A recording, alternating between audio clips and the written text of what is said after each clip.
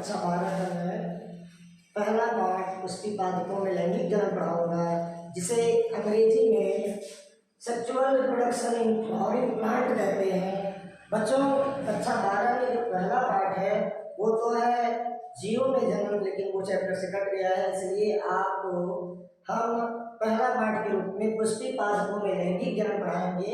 इसमें जितने भी इंपॉर्टेंट क्वेश्चन है सारे क्वेश्चन आपको बताएंगे, जिससे आपको बोर्ड एग्जाम में इससे कहीं से भी बाहर न आए। केवल इस पार्ट से जो मुख्य क्वेश्चन पढ़ाए जाएंगे, जिससे आपको परीक्षा में सहायता मिले। तो आइए देखते हैं पुष्पि पादपों में लैंगिक जन्म पाठ का पहला टॉपिक पुष्प। पुष्प को इंग्लिश में फ्लावर कहते हैं। हम जानेंगे कि पुष्प क्या है। पुष्प पौधों के जनन अंग है। पुष्प पौधों के जनन अंग है। इनका विकास तने के प्ररोह से होता है। पुष्प पौधों के जनन अंग है। इनका विकास तने के प्ररोह से होता है। सामान्य रूप से एक पुष्प में 4 अंग पाए जाते हैं। सामान्य रूप से एक पुष्प में 4 अंग पाए जाते हैं। तो यहाँ पर पहला अंग है, जैसे यहाँ पुष्प दिया गया है, एक पुष्प में 4 अंग है। पहला है बाह्यदल, दूसरा दल, तीसरा पुंकेसर यानी पुंकेसर के समूह को पुमंग कहते हैं, और चौथा जायांग। इस प्रकार से हम जानेंगे कि एक पुष्प में 4 अंग है। तो कौन कौन से वो अंग हैं और क्या क्या कार्य करते हैं। तो पहला अंग है बाह्यदल, जिसे अंग्रेजी में कैलिक्स कहा जाता है। यह पुष्प का प्रथम चक्र है बाह्यदल। ये पुष्प के प्रथम चक्र है और ये हरे रंग के होते हैं। जैसे बच्चों यहाँ दिया दर्शाया गया है, ये हरे रंग के होते हैं और ये कली और दल की सुरक्षा करते हैं।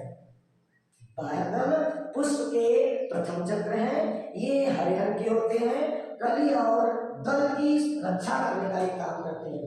दूसरा अंग है दल, जिसे अंग्रेजी में कोरोला कहते हैं। ये रंगीन होते हैं, ये दल रंगीन होते हैं।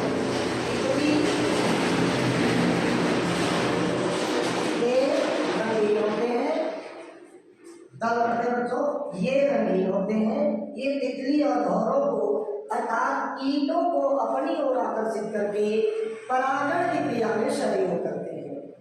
बच्चों, पुष्प का तीसरा अंग पुमंग कहलाता है।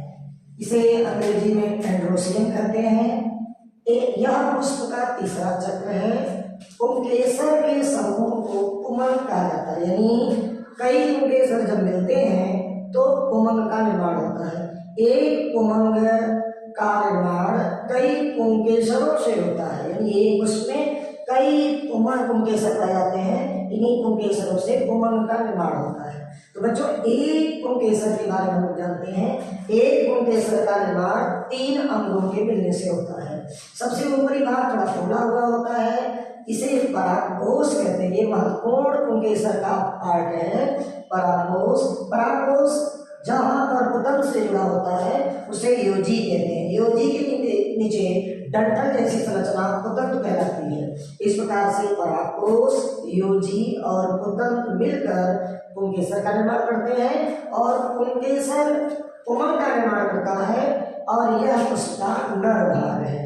यह पुष्प का नर भाग है, इसी में परागकणों का निर्माण होता है। तो बच्चों, तीसरा के बाद चौथा नंबर आता है। चौथा अंग है जायांग। जायांग पुष्प का मादा भाग है। जायांग को इंग्लिश में गाइनोसियम कहते हैं। यह पुष्प का मादा भाग है, जैसे कि चित्र में दिखाई दे रहा है, ये जायांग है। जायांग का निर्माण 3 अंगों के मिलने से होता है। यहाँ पर जायांग दर्शाया गया है। इसमें सबसे ऊपर जो संरचना दिखाई देती है, थोड़ी सी चौड़ी, उसे वर्तिकाग्र कहते हैं। इसके नीचे नली जैसी संरचना होती है, जिसे वर्तिका कहते हैं। वर्तिका के नीचे एक चौड़ी सी संरचना दिखाई देती है, जिसे अंडाशय कहते हैं। अंडाशय, वर्तिका और वर्तिकाग्र मिलकर जायांग का निर्माण करते हैं। इसी में बीजांड का निर्माण होता है।